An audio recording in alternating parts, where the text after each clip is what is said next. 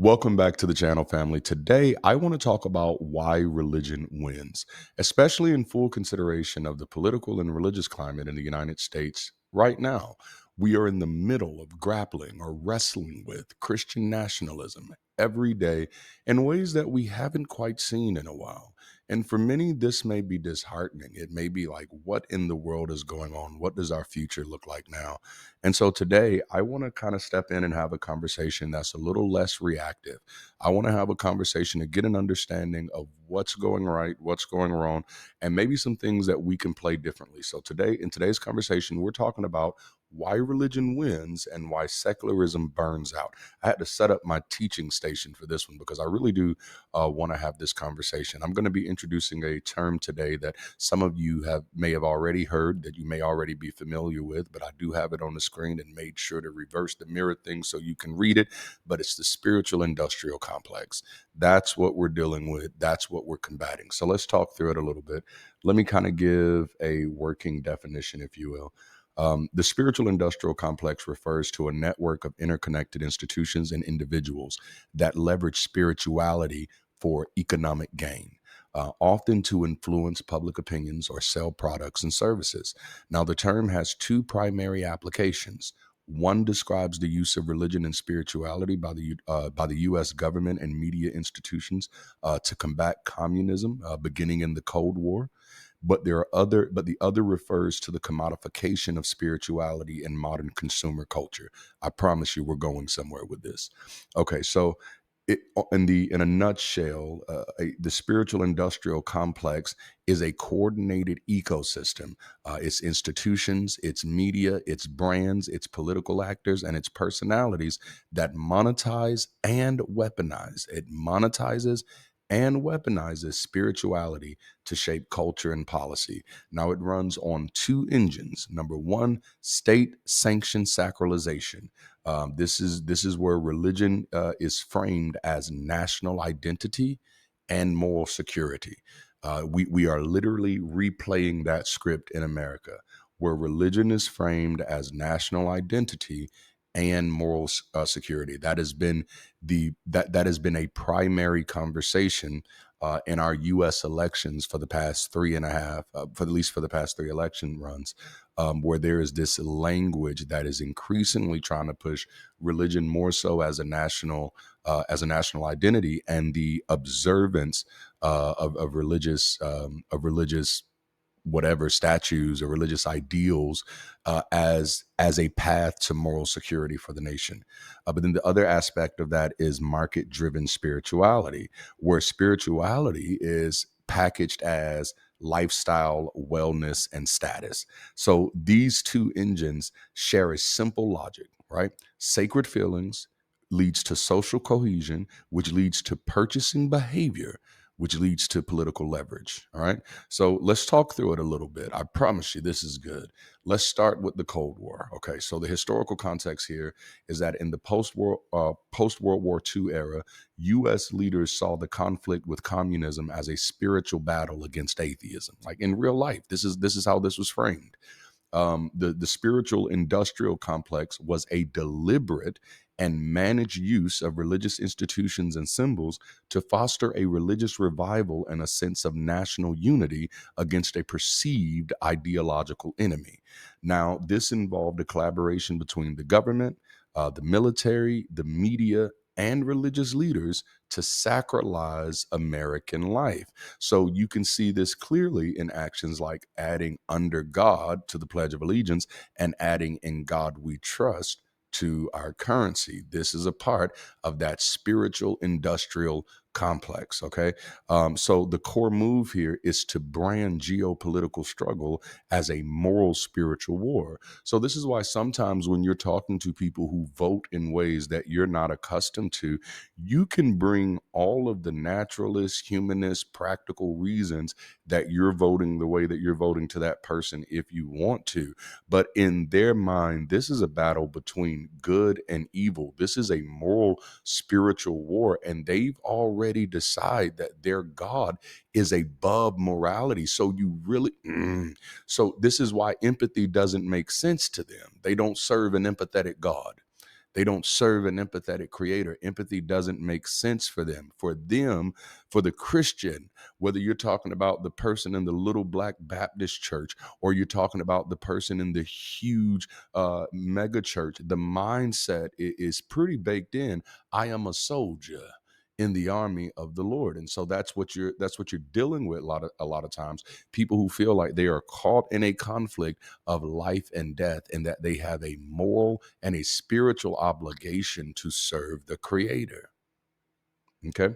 And so again, that core move is branding geopolitical struggle as a moral spiritual war. So the narrative becomes we are a God-fearing nation versus atheistic communism, socialism, or whatever label they want to use.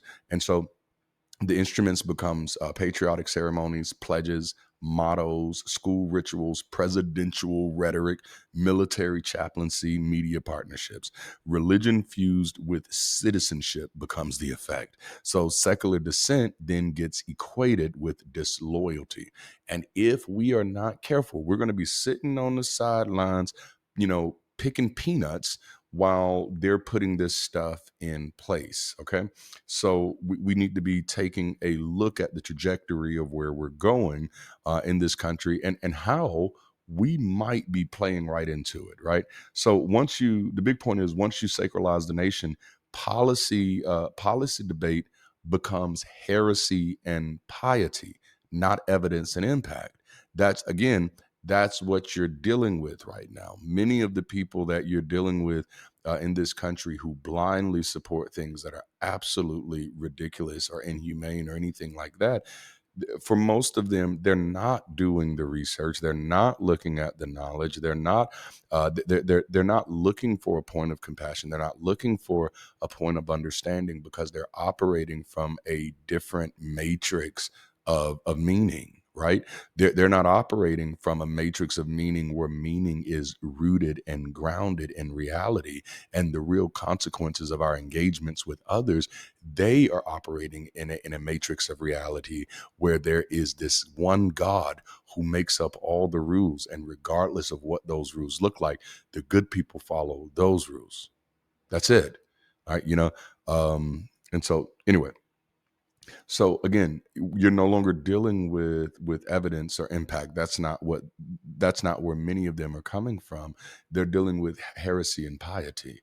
Is this the will of the Lord? Is this what God wants? Am I being anti the will of God right now?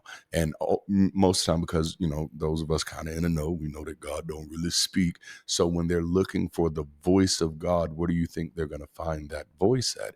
They're going to find that voice in the loudest voice in the room. Yep. Okay. We talking now. We talking. All right. So that's part of it. Let's deal with the modern consumer spirituality part of it, and basically how the market learns to sell the sacred. Right. So there is a commodification of spirituality. In a modern sense, the term describes the process of spirituality being sold as a product or a commodity. Okay. So this is especially visible in the wellness industry, which sells spiritual concepts through products like Bible study guides, prayer toolkits, and other merchandise. Now, the rise of social media has further fueled this by creating new and often narcissistic platforms of selling spirituality. And so the term is even often used critically to highlight how genuine spiritual yearning can be exploited for profit, leading to a consumerist version of spirituality that may lack depth. All right, and so let's unpack that a little bit, because then you're dealing with people, and I've seen this. Like we'll do this in a secular community. We'll be like, "You should be more like Jesus. Why aren't you following Jesus?" Which I'm like, number one, yikes, no, don't do that. Don't be more like Jesus. Let's be like somebody who's like maybe born recently and understand how time should be. How about that?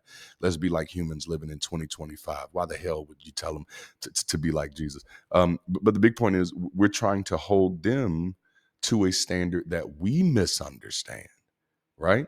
So we're trying to hold them to our comprehension of the depth of love your neighbor, which again is not the way the story is told, but that's the way we're trying to mandate. And so we're like, you're wearing the Jesus piece, you're wearing the John 3:16. Surely you are this person who is all about love. But what you don't understand is because that this religion requires no depth through this commodification, that love then is redefined again outside of the matrix of this reality.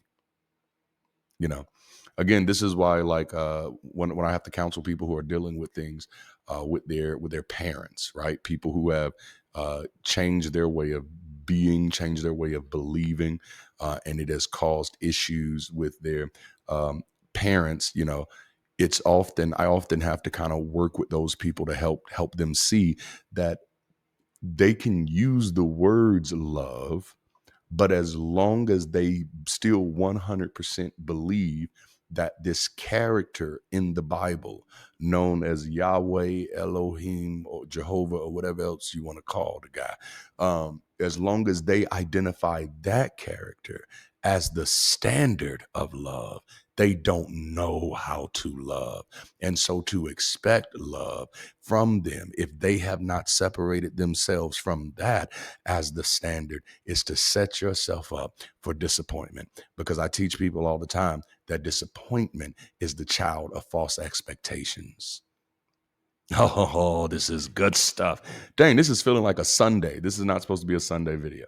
Okay, so the big point becomes to convert those existential longings into skews, to get past the depth and just to get, how do I get you to want, how do I get out what's in your pocket in my hand and make you feel like you're a part of a social club.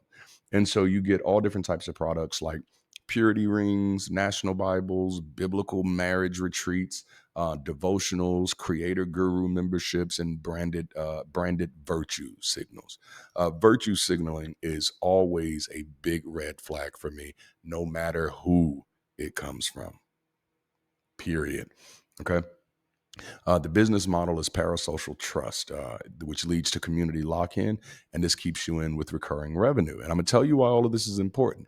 I'm not just throwing out these mechanics to throw these mechanics out there. I'm trying to show you why religion wins and secularism continues to burn out, because it is our responsibility, it's our obligation to change that trajectory. I had a meeting with a person that I'm really excited about working with this week. Actually, they'll be on the channel this Sunday, and is another brother just as passionate as I am about building local community. And he said this phrase. He said, "Man, we have the bigger gospel." And I'm like, yes, that, like, as a humanist, man, as a secular humanist, that's what I'm saying. We have the bigger gospel. We don't have as higher cost of entry. We don't ask people to change who they are, to be connected, to belong, to build, to become. We don't ask that of people. We don't ask them to change their identity. We don't make any assumptions of who people are. So we have the bigger gospels. We have no expectations of people to conform to our ways of thinking. So we have the bigger gospel, and we should be better about preaching our gospel, which is just the good news. Man, okay, let me get back to this, because this is not a Sunday message. I shouldn't have set myself up like this. I did this. So algorithms begin to reward felt truth over careful truth, and aestheticized healing beats boring policy literacy. And this is something that like, no, we need to be literate, right? Actually, as a former Black nationalist, this was one of my biggest issues with politics as in this country, because all of our political campaigns are vote.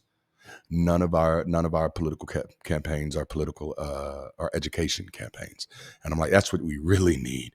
It is absolutely irresponsible, and I'd even say unethical, to demand a vote from people every 4 years without you doing what is necessary to make sure that they can be informed voters. Informed voters are great voters. Everything else is truly you throwing your vote away to somebody else's agenda. There's so much that we don't understand about politics in this country, but because we get to just have these little niche conversations without nuance, we end up grasping on to cliches about politics that has nothing to do with it. And one of the biggest things, and I'll just help you right here, a quick red flag when you know you need to get out of a political conversation is if not one fucking person in the conversation is politically involved. Okay?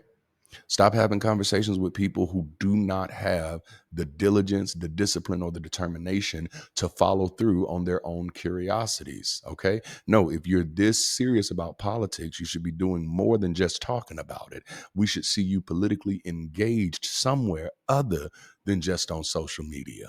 Back to regularly scheduled programming. All right, now. Okay. So the big takeaway for this one is when spirituality becomes brand identity, beliefs become assets, and criticism feels like an attack on someone's lifestyle revenue stream. So now the reason I'm sharing this because I want us all to get an understanding, and you don't have to walk away with my understanding. Maybe I say something that makes you take a different look at the picture, and you say, "No, I know Darante is saying it. It's the spiritual industrial complex." But after I've looked at what he says, I think it's this other thing. I would love that. I don't give a fuck at all. Do that, you know. But this is just a point of reference. I always present myself. I am nobody's source of truth. Don't you put me on your pedestal. I will kick that motherfucker down. I am only a point of reference. I'm another blind man touching the elephant, looking through dimmed glasses, trying to navigate the best that I can see, the best that I can see. And so what I do is I share what I see with other people who I assume are just as blind as me and are dealing with glasses just as dim as mine. But I assume that they are touching a part of the same reality that I am a part of. And so I could never trust them to be my source of truth because I understand that they are just, sorry, y'all, sorry, Morpheus almost messed them up. But because I understand that they are just as blind as I am. So you could never be my source of truth, but you can absolutely be a point of reference. And that's what I hope to be for people. I don't ever want to be anybody's source of truth. Don't do that to yourself. But I love to be a point of reference where you say, hey, that bro gave me something different to think about. And while I didn't adapt what he thought about it because I don't have that need, it did give me some insight into some other things. So I love that. But so I hope this is good. So now let's kind of jump into this. Now I want to talk about how these engines work together. So I've talked about how it works from a governmental perspective, and I've also talked about it how it works from a consumerism, product-driven type of model. Now I want to talk about these things working together, why they work together, and now you're going to see those pieces coming together, right? So for those of you who stood on this long and said, "Man, he's in professor mode today. I kind of like him when he's in preacher mode," or some of you just like me when I'm just like in robot mode, where I'm just reading from the prompter. But to me, this one was really important. And so I wanted to get this out fresh. So let's talk about how these two engines snap together, which ultimately leads to what we're dealing with today, which we'll just kind of call our Christian nationalist pipeline. I should have put that one on this one. That's what I should have typed there or written there. Christian nationalist pipeline. All right. So oh man, this is there's four spheres that this operates through. All right. That's what I should have put on the board. There's four spheres that this operates through. The civic sphere, the market sphere, the political sphere, and the movement sphere. And if you are any type of secular humanist organizer, right? I know many of you who watch my content are atheists, and that's beautiful. I'm an atheist. Y'all know I am loud, unabashedly, unashamedly, unapologetically, ambitiously, audaciously, expeditiously. I just did that one for T.I. But I'm definitely an atheist. But the people I vibe with the most are humanists, right? Atheist only describes what I don't believe, but humanism tells you what I'm in this for, right? And that's really where the line in the sand is with me, and a lot of other things in this community. I don't know if y'all know, but I don't really gel well with with the atheist community like that, because the conversation is not necessarily what I'm looking for. I'm looking for conversations, not just the conversations that tear down the Christians. I mean, that's not even fun for me. My desire is not to tear down Christians. My desire is to offer people a different perspective that may lead them to some fundamental liberation in their own lives. I'm not just looking for something to die. I am trying to find a way to help people live. I am preaching better than y'all are responding. Can I get a hell yeah out there? Or at least a jalapeno? Come on now. All right. So these different spheres, these are things that we can learn from. The first one is moral panic priming. This is what they use in the civic sphere, using language like the nation is in spiritual decline, we're under judgment, look at the fires in California, God is not pleased. You're getting this moral panic priming. If we don't change soon, God is going to send judgment on America, and these great freedoms that we enjoy, they are going to be taken from us because God is going to let the heathen savage come and take us. He's going to give us over into a reprobate mind. This is moral panic priming. Okay. Now you combine that with this. You combine that with the market sphere by also flooding the market with identity goods. Right. So the point is buy, subscribe, or attend to stand for what's right. So there is a moral panic. There's a moral panic priming. The nation is in decline, but you can do something about it. But in order to do something about it, you've got to buy this, join this, or attend this. Okay. Now, if you say, like, I don't know if I've seen that, go look at Turning Point USA. That's how it gets to where it is. Moral panic priming, identity goods. This is literally how Trump ran his presidency. Okay. Or at least I won't say how Trump ran it. Well, I can, but definitely the organizations that wanted to benefit from him being in office, this is how they ran it. The moral panic priming and then flooding the market with identity goods, Bibles, golden sneakers, hello, constitutions. Yes, yes. All right. Which then now gets us into the political sphere. Now we can get into policy conversion because you can mobilize that moralized consumer base to pass or defend laws and capture institutions. These are the mechanics. Okay. And then from that political sphere, that's when it becomes a movement. Okay. Now let me just be me for a minute. It's not a movement until we get there. You know what I'm saying? Like up until that, you like five kids standing on each other's shoulders with a trench coat on trying to get into the movies. This is not the real deal. It is not a movement until we've gotten into this next sphere. It's not a movement until we've shifted from the civic sphere to the market sphere to in the political sphere. Now we're in the movement sphere, which means we have an ecosystem or a revenue loop. And this is where they are. They have their revenue loop where they have laws and school policies which create mandated demand for specific curricula, training, books, and services, feeding the same network that lobbied for the laws. All right. So the result is a self funding culture machine where piety becomes procurement. Okay. Now listen to that. That result is a self funding culture machine. Can I ask you, everybody out here that have been in this community forever and ever, and you patting yourself on the back for being grandfathered in, can I ask, where is the self funding culture machine? Where is that at? Where is that at? See, like a good coach doesn't spend their time criticizing the other team. Mm-mm. We have no power over that team. Why would we keep spending our time criticizing things that we do not have the power to reconstruct? Mm-mm. No, no, no, no, no, no. A good coach deals with the team they're on. Okay. A good team captain criticizes the team that they're on. They criticize the team that they're on because that's where their criticism becomes constructive. Criticism that cannot be enacted upon is not constructive.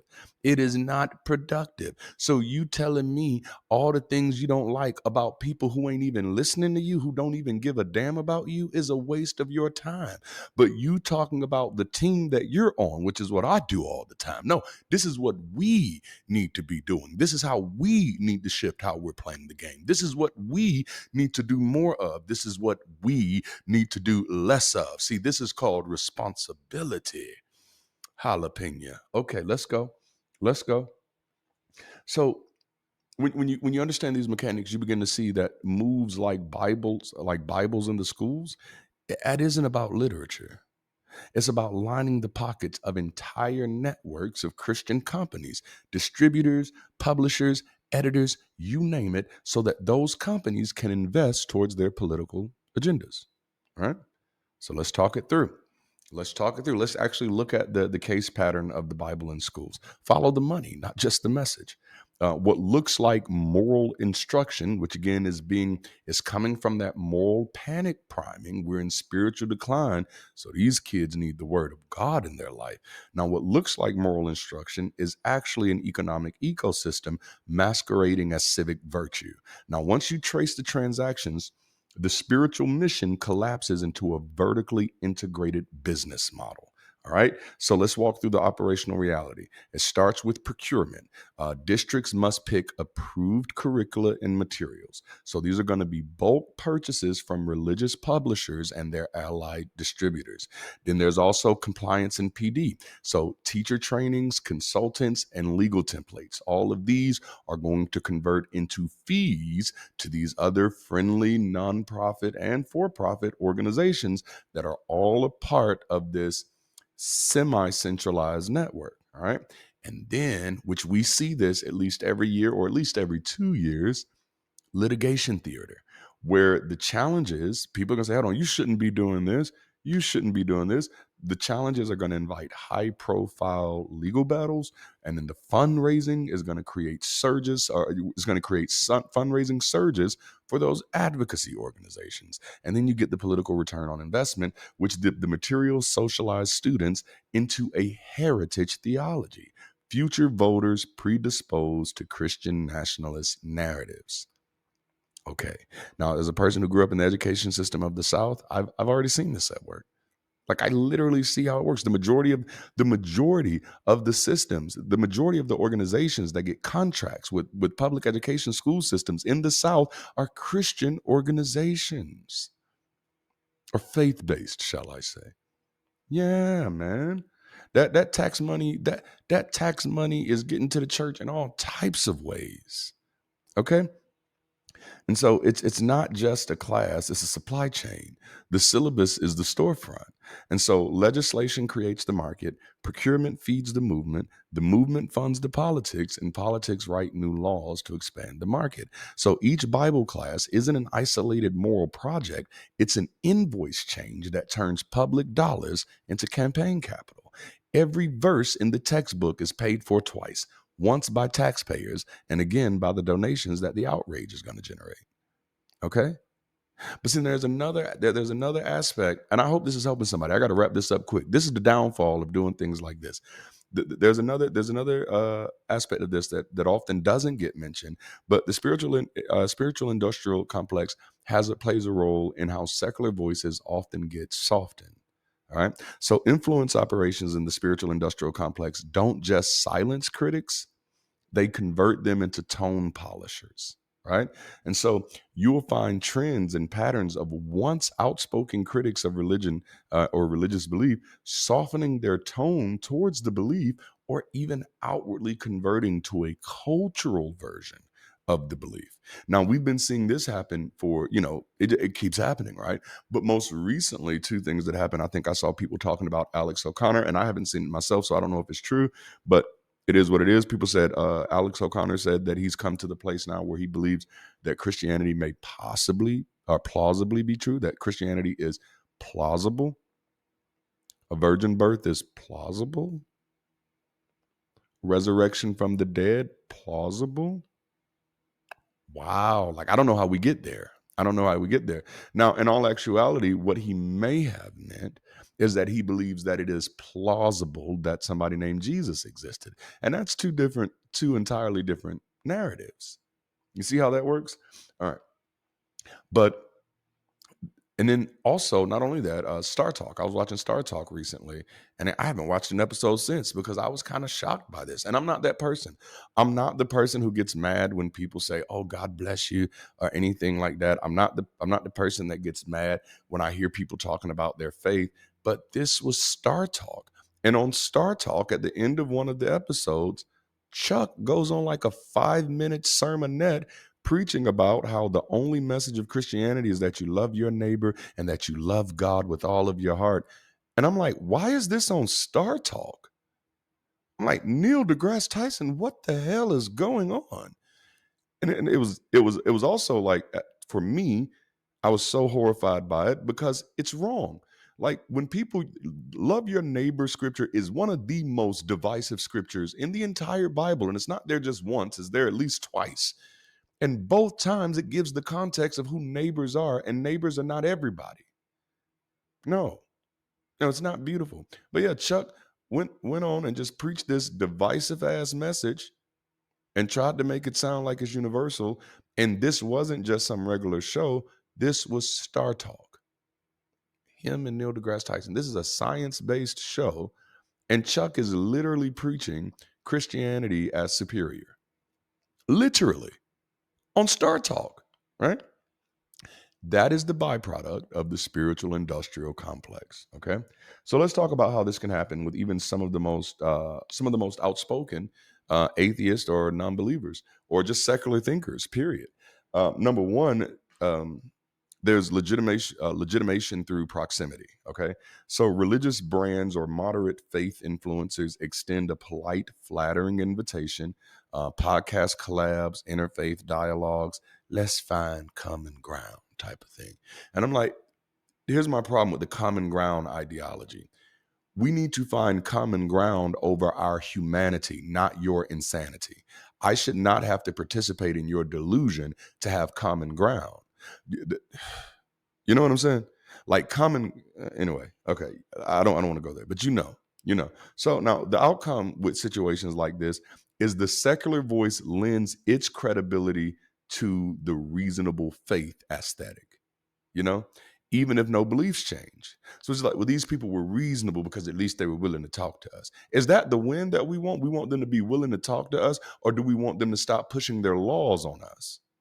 You know what I'm saying? That's why I'm a little different because I'm a pragmatist. Like, what's the outcome of this? Like, why are we doing this? Well, we might win one, then we just lost everybody else. That's not a winning. It's not a winning proposition. I'm not interested. I'm not interested. I'm here to win. God damn it! All right, let's go. Okay. So then again, the outcome becomes we end up lending credibility to them by being on their platforms. Their platforms give them being on our platforms give us no credibility. It lends nothing to us. It is a one-way brain drain that I'm often surprised that so many secular people are willing to fall for. Now, ultimately, I'm not necessarily against this, but under the conditions that we have some type of shared definition of what exactly is a reasonable faith. You see what I'm saying? Now, outside of that, I think we do more damage there than good. All right, now the step two is the algorithmic reward, right? So we dealt with legitimation through proximity. Now we'll deal with algorithmic reward. Platforms privileged emotional balance over epistemic accuracy. Okay, so atheists who hedge, maybe Christianity is plausible, are boosted for civility, while uncompromising clarity gets throttled as combative. So then hedging becomes a growth strategy, and skepticism is reframed as arrogance. All right. Now, the easy one is economic incentive, right? Brand deals, sponsorships, speaking invites, and media appearances now depend on maintaining a nuanced middle and where moderation becomes monetized. Each softened edge opens another door. So integrity quietly competes with income, right? And then, of course, there's peer pressure and respectability politics. Other creators wanting to avoid controversy echo the softened tone, reinforcing that balanced equals reasonable. And so what happens is the window kind of shifts where evidence-based criticism begins to look extremist. And this is what I call like an anecdotal empathy trap, which I don't fall for any reason whatsoever. But what they do then is they'll spotlight moderate believers to make systemic critique feel mean, moving the Overton window from analysis to etiquette. So now it's not important if you're accurate. It's important if you're nice. It's not important if you're right. It's just important if you're nice. I despise respectability politics. Nope. Politeness is not sacred. Oh, goodness, this is good. All right. And so once softened voices signal acceptance of plausible Christianity, apologists are going to clip and circulate the sound bites as proof of intellectual surrender. Even prominent secularists say or admit. And so what you get from that is propaganda without actual conversion, where people just get to use your reputation as collateral. And here's the thing: even if you don't say anything that is passively supportive of what they're doing, they're still going to find a way to twist it that way anyway, because you're dealing with cheering in that regard. All right, they got an imaginary daddy. No, let me stop. All right, so then, of course, this is what creates that feedback loop. And so just to give an example pattern, a respected secular content creator attends a conversation, says something along the lines that, what, I think Christianity has some really loving ideas. And so then Christian outlets headline it, top atheists admit plausibility of Christianity. And so that headline resurfaces in church media kits, fundraising emails, and even congressional talking points. Meanwhile, the creator's follower count also rises, proving that the compromise works. Right now, see, and all of this is really just about that spiritual industrial complex and how it's working to keep religion thriving. They don't actually need you to kneel, they just need your nod of approval, your nod of consent. Right. And so, together, the procurement pipeline, the money, and the softening pipeline, the message, fuse into a single influence architecture. The former funds the movement, the latter anesthetizes the opposition. And that's the full circuit of the spiritual industrial complex. Now, I want to close this with this. Dang, this is going to be a long video. I'm sorry, y'all. I want to close this with why secularism isn't hitting its peak, and we'll get out of here. If the spiritual industrial complex keeps gaining ground, it's not only because religion industrialized spirituality, it's because secularism hasn't industrialized reason. We keep approaching systemic problems with individual level energy. And I'm going to be honest with you, it's embarrassing to me. Like when I look at what's being done on one aspect of the community, and I'll just say it's I won't say which side, but when I see what's done on one aspect of the community, it's gossip. Okay. That's all it is. It's gossip. It's everybody talking about what they mad at, and ain't nobody trying to organize to do shit. That is useless. Okay. No, if religion is working its ass off to stay in power, enough said. We keep approaching systemic problems with individual level energy. We're trying to out argue institutions instead of outbuilding them. Okay. So now what we've been left with is a structural gap. They build institutions, we build influencers, and barely that. But let's say it now. No, they're building institutions, we're building influencers. Churches, seminaries, publishing houses, legal centers, and political action committees coordinate across decades. Meanwhile, secular movements often revolve around personalities or platforms that dissolve when the algorithm change. See, we have the reach, but they have the roots. We haven't done the work. Come on now, for the roots. They think in generations. We think in cycles.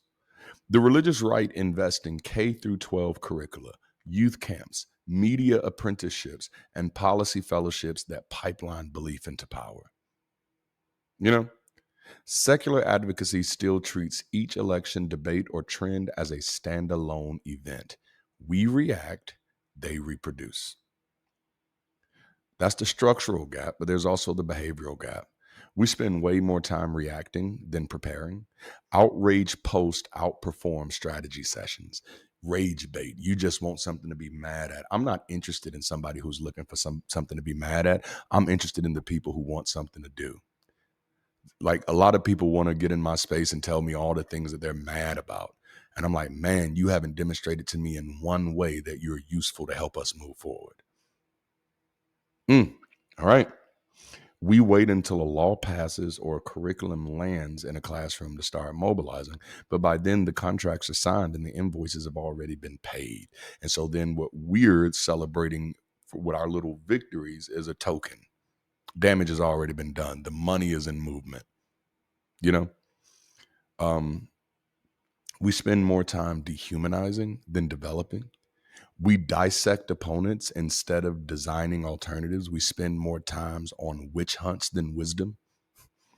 We forget that movements aren't won by humiliation, they're won by infrastructure. Every minute spent dunking on a fundamentalist is a minute not spent funding secular summer camps, writing curricula, or mentoring young critical thinkers. Yeah, we're talking about it. We're fighting with sticks and stones while religion is running factories. Religious movements have become manufacturers of meaning, producing schools, hospitals, charities, and media networks. Meanwhile, secularism often behaves like an indie label, passionate but under-resourced and incredibly disorganized. You know, they scale faith, we're freestyling facts. We're too busy building cliques and signaling virtue.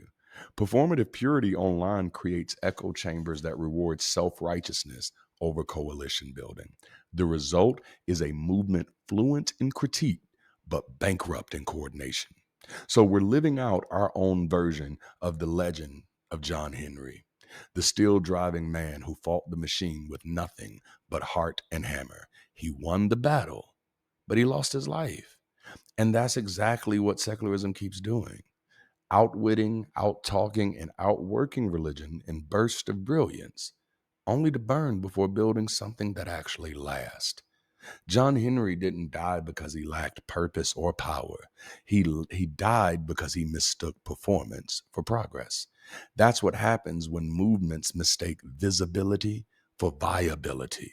When we're chasing metrics while they're building ministries, we're still in the tunnel swinging alone while their trains are already running on schedule.